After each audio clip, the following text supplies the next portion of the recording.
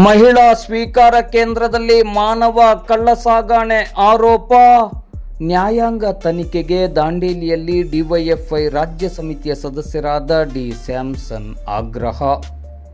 ರಾಜ್ಯ ಸರ್ಕಾರದ ಮಹಿಳಾ ಮತ್ತು ಮಕ್ಕಳ ಕಲ್ಯಾಣ ಇಲಾಖೆ ನಿರ್ವಹಿಸುವ ಮಹಿಳಾ ಸ್ವೀಕಾರ ಕೇಂದ್ರದಲ್ಲಿ ಮಾನವ ಕಳ್ಳಸಾಗಣೆ ನಡೆದಿದೆ ಎಂಬ ಗಂಭೀರ ಆರೋಪಕ್ಕೆ ಸಂಬಂಧಿಸಿದಂತೆ ಉನ್ನತ ಮಟ್ಟದ ನ್ಯಾಯಾಂಗ ತನಿಖೆಗೆ ಡಿವೈಎಫ್ಐ ರಾಜ್ಯ ಸಮಿತಿಯ ಸದಸ್ಯರಾದ ಡಿ ಸ್ಯಾಮ್ಸನ್ ಅವರು ಆಗ್ರಹಿಸಿದ್ದಾರೆ.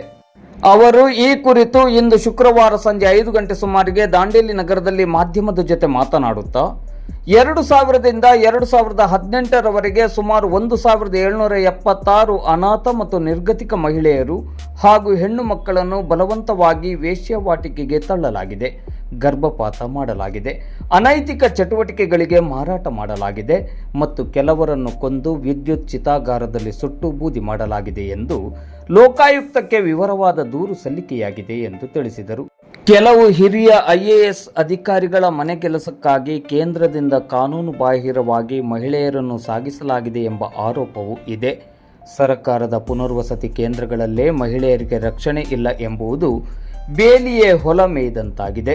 ಈ ಹಿನ್ನೆಲೆಯಲ್ಲಿ ಹಾಲಿ ಹೈಕೋರ್ಟ್ ನ್ಯಾಯಾಧೀಶರ ನೇತೃತ್ವದಲ್ಲಿ ಉನ್ನತ ಮಟ್ಟದ ನ್ಯಾಯಾಂಗ ತನಿಖೆ ನಡೆಸಬೇಕೆಂದು ಮುಖ್ಯಮಂತ್ರಿ DK ಶಿವಕುಮಾರ್ ಅವರಿಗೆ ಡಿವೈಎಫ್ಐ ರಾಜ್ಯ ಸಮಿತಿಯ ಸದಸ್ಯರಾದ ಡಿ ಸ್ಯಾಮ್ಸನ್ ಅವರು ಮಾಧ್ಯಮದ ಮೂಲಕ ಒತ್ತಾಯಿಸಿದ್ದಾರೆ.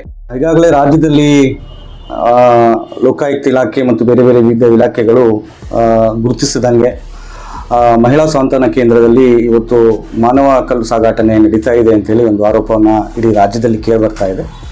ಆ ಹಿನ್ನೆಲೆಯಿಂದ ಡಿವೈಎಫ್ಐ ಸಂಘಟನೆ ಆ ಒಂದು ಘಟನೆಯನ್ನು ತೀವ್ರವಾಗಿ ಖಂಡಿಸ್ತಾನೆ.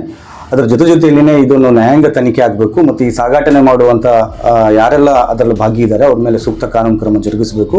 ಒಂದು ಕಟ್ಟುನಿಟ್ಟವಾದಂಥ ಒಂದು ಕಾನೂನಾತ್ಮಕವಾಗಿ ಒಂದು ತನಿಖೆಯನ್ನು ನ್ಯಾಯಾಂಗ ತನಿಖೆಯನ್ನು ಆಗಬೇಕು ಅಂತ ಡಿವೈಎಫ್ಐ ಸಂದರ್ಭದಲ್ಲಿ ವಿನಂತಿಯನ್ನು ಮಾಡ್ತಾ ಇದೆ. ಆ ನಿಟ್ಟಿನಲ್ಲಿ ಮುಂದಿನ ದಿನಗಳಲ್ಲಿ ಈ ರೀತಿ ಆಗದೇ ಇರುವುದನ್ನು ತಡೆಗಟ್ಟಲಿಕ್ಕೆ ರಾಜ್ಯ ಸರ್ಕಾರ ಮುಂದಾಗಬೇಕು ಅಂತೇಳಿ ಈ ಸಂದರ್ಭದಲ್ಲಿ ಒತ್ತಾಯ ಮತ್ತು ಆಗ್ರಹವನ್ನು ವ್ಯಕ್ತಪಡಿಸ್ತಾರೆ.